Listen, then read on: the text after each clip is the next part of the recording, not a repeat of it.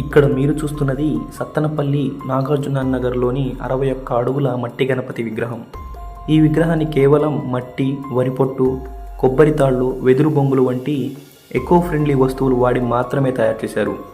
ఇంత భారీ వినాయకుని తయారు చేయడానికి ఇక్కడ ఉన్నవారు సుమారు 35 రోజుల నుంచి తీవ్రంగా శ్రమించి ఎంతో గొప్ప మహాగణపతిని తయారు చేశారు. ఈ 61 అడుగుల వినాయకుడికి సరితూగేలా 61 కేజీల లడ్డును మరియు 7 అడుగుల ఎత్తున్న అగరబత్తిని తయారు చేయించారు.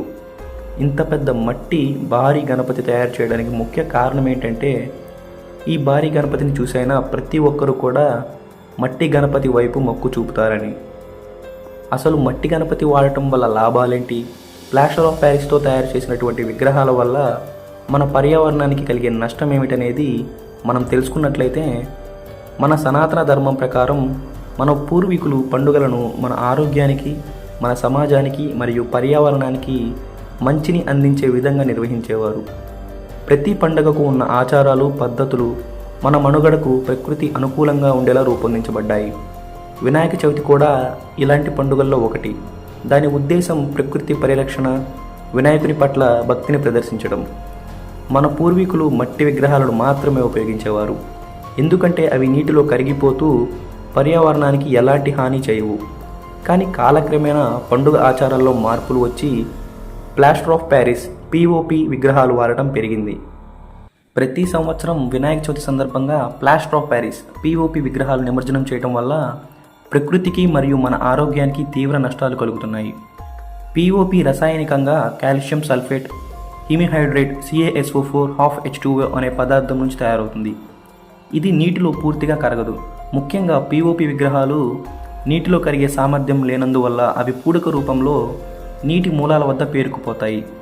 ఫలితంగా తాగునీటి వనరులు తీవ్రంగా కలుషితం అవుతున్నాయి.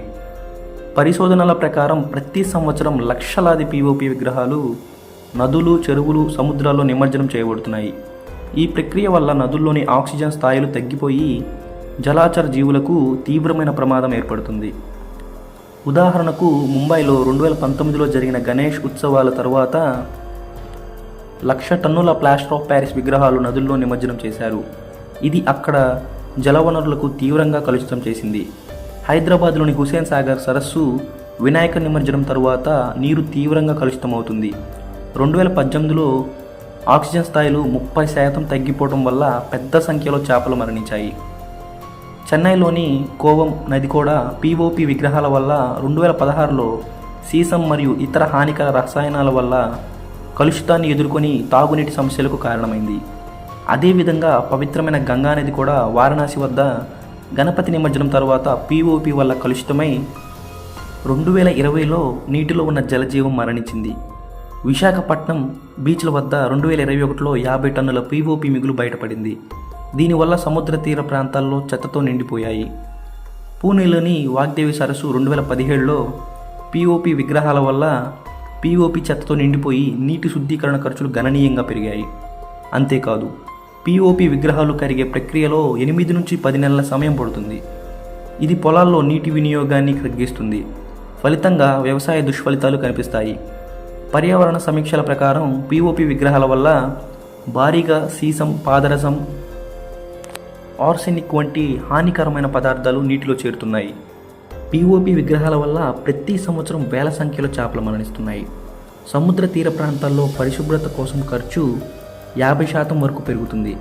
మన ఆరోగ్యానికి కూడా తీవ్రమైన ప్రాణహాని ఉన్నట్లు నివేదికలు చెబుతున్నాయి. వీటి వల్ల జల విభజన, తాగునీటికి ప్రమాదకరంగా మారుతుండటంతో చివరకు మనకు క్యాన్సర్, గుండె జబ్బులు వంటి దీర్ఘకాలిక ఆరోగ్య సమస్యలు ఎదురవుతాయి. కాబట్టి పర్యావరణానికి హాని కలిగించకుండా మన పూర్వీకుల సంప్రదాయాలను గౌరవిస్తూ అందరూ మట్టి విగ్రహాలను మాత్రమే ఉపయోగించడం చాలా ముఖ్యం. మట్టి విగ్రహాలు పూర్తిగా ప్రకృతితో అనుసంధానమై ఉంటాయి. నిమజ్జనం తరువాత అవి నీటిలో సులభంగా కరిగిపోతాయి, భూమిలో కలిసిపోతాయి. ఈ ప్రక్రియ పర్యావరణానికి ఎలాంటి నష్టాన్ని కలిగించదు. అలా చేస్తే మన పండుగలు జరుపుకునేటప్పుడు మన పర్యావరణాన్ని కాపాడుతూ భవిష్యత్ తరాలకు ఆరోగ్యకరమైన ప్రపంచాన్ని అందించగలుగుతాం. ప్లాస్టర్ ఆఫ్ ప్యారిస్ వంటి హానికరమైన పదార్థాలను వదిలేసి మట్టి విగ్రహాలను వాడటం ద్వారా మన సంప్రదాయాలలో నిజమైన ఉద్దేశాన్ని గౌరవిస్తూ ప్రకృతి పరిరక్షణలో కీలక పాత్ర పోషించగలుగుతాం.